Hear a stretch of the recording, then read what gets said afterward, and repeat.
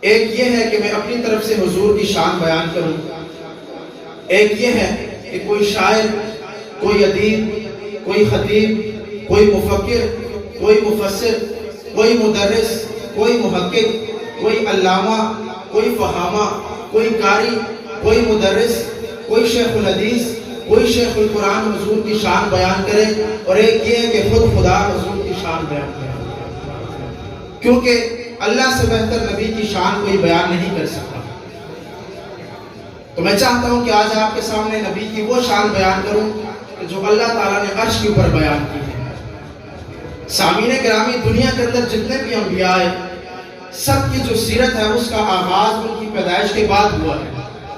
حضرت آدم علیہ السلام کی سیرت کا آغاز ان کی پیدائش کے بعد ہوا، حضرت ہود علیہ السلام کی سیرت کا آغاز ان کی پیدائش کے بعد ہوا، حضرت شیس علیہ السلام کی سیرت کا آغاز ان کی پیدائش کے بعد ہوا، حضرت نوح علیہ السلام کی سیرت کا آغاز ان کی پیدائش کے بعد ہوا، حضرت یونس علیہ السلام کی سیرت کا آغاز ان کی پیدائش کے بعد ہوا، حضرت ابراہیم علیہ السلام کی سیرت کا آغاز ان کی پیدائش کے بعد ہوا، حضرت اسماعیل علیہ السلام کی سیرت کا آغاز ان کی پیدائش کے بعد ہوا، حضرت موسیٰ علیہ السلام کی سیرت کا آغاز ان کی پیدائش کے بعد ہوا، حضرت عیسیٰ علیہ السلام کی سیرت کا آغاز ان کی پیدائش کے بعد ہوا، حتیٰ کہ دنیا کے اندر 1,24,000 انبیاء آئے، تمام کے تمام انبیاء کی سیرت کا آغاز ان کی پیدائش کے بعد ہوا ہے۔ لیکن قربان جاؤں اپنے پیارے پیغمبر حضور صلی اللہ علیہ وسلم کی شان پر ابھی دنیا میں تشریف لائے نہیں، پہلے ہی دنیا کے اندر ان کے تذکرے ہو رہے ہیں۔ حضرت آدم علیہ السلام کے دنیا سے جانے کا وقت آتا ہے،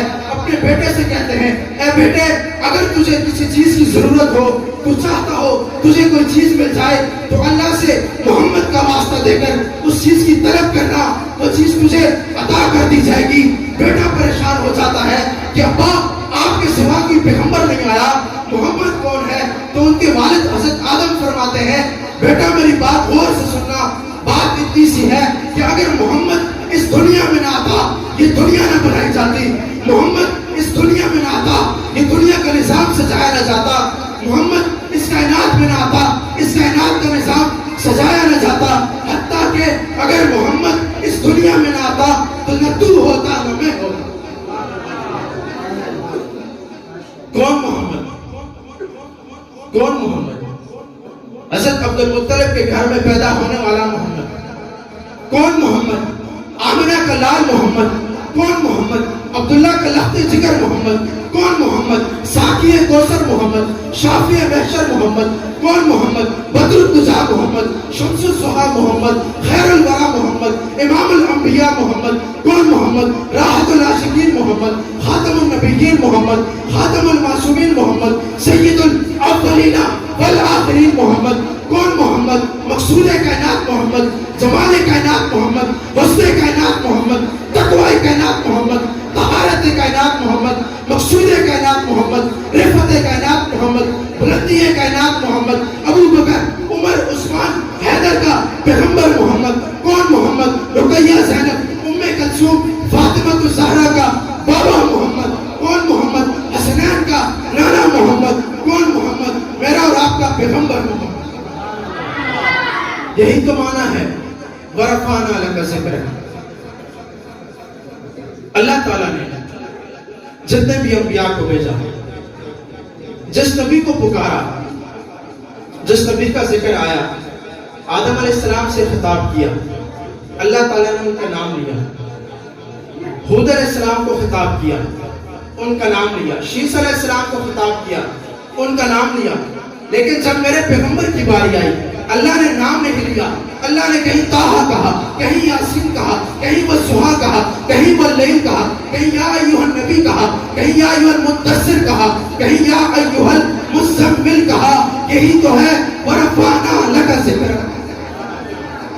صحابہ کرام عائشہ کے پاس تشریف لاتے ہیں، پوچھتے ہیں، اماں ہمیں حضور کی شان کے بارے میں بتائیے، آپ ہمیں بتائیے تو صحیح، حضور کے کمالات کیا ہیں، انوارات کیا ہیں، برکات کیا ہیں۔ اماں نے کہا، صحابہ کیا تم قرآن نہیں پڑھتے ہو؟ صحابہ کرام نے کہا، اماں قرآن پڑھتے ہیں۔ اما عائشہ صدیقہ نے فرمایا، قرآن کو پڑھتے ہو، قرآن کھولو، قرآن کے ہر صفحے کے اوپر میرے محمد کا حسن و جمال بکھرا پڑا ہے۔ میں قرآن کے در پہ گیا، میں نے پوچھا، قرآن میرے بارے میں کیا جانتے ہو؟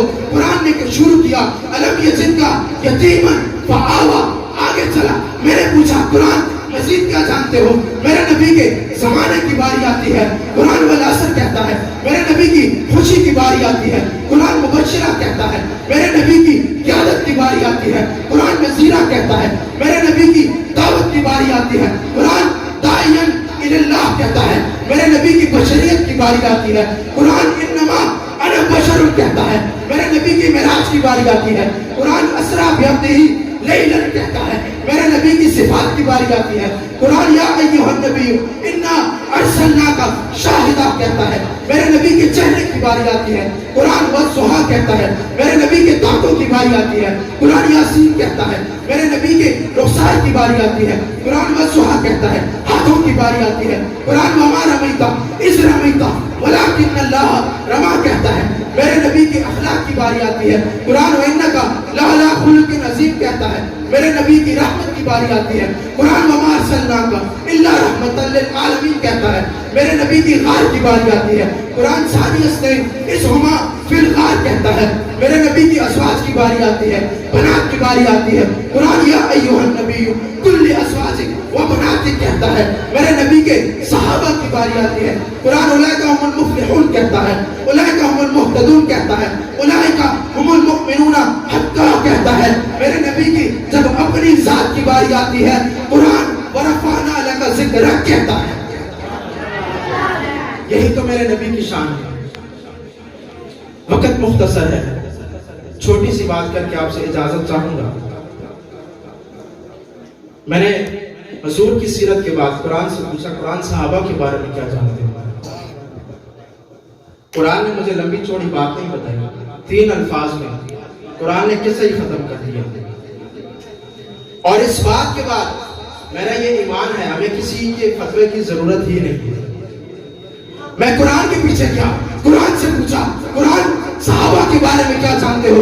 قرآن کہتا ہے لیغیظ بہم الکفار، جو صحابہ سے جلتا ہے وہ کائنات کا بدترین کافر ہے۔ اس کے بعد ہمیں کسی کے فتووں کی ضرورت نہیں، قرآن نے ہمیں بتا دیا ہے صحابہ سے جو جلتا ہے وہ کافر ہے۔ اسی پر اپنے بات کا اختتام کروں گا۔ وآخر دعوانا الحمدللہ۔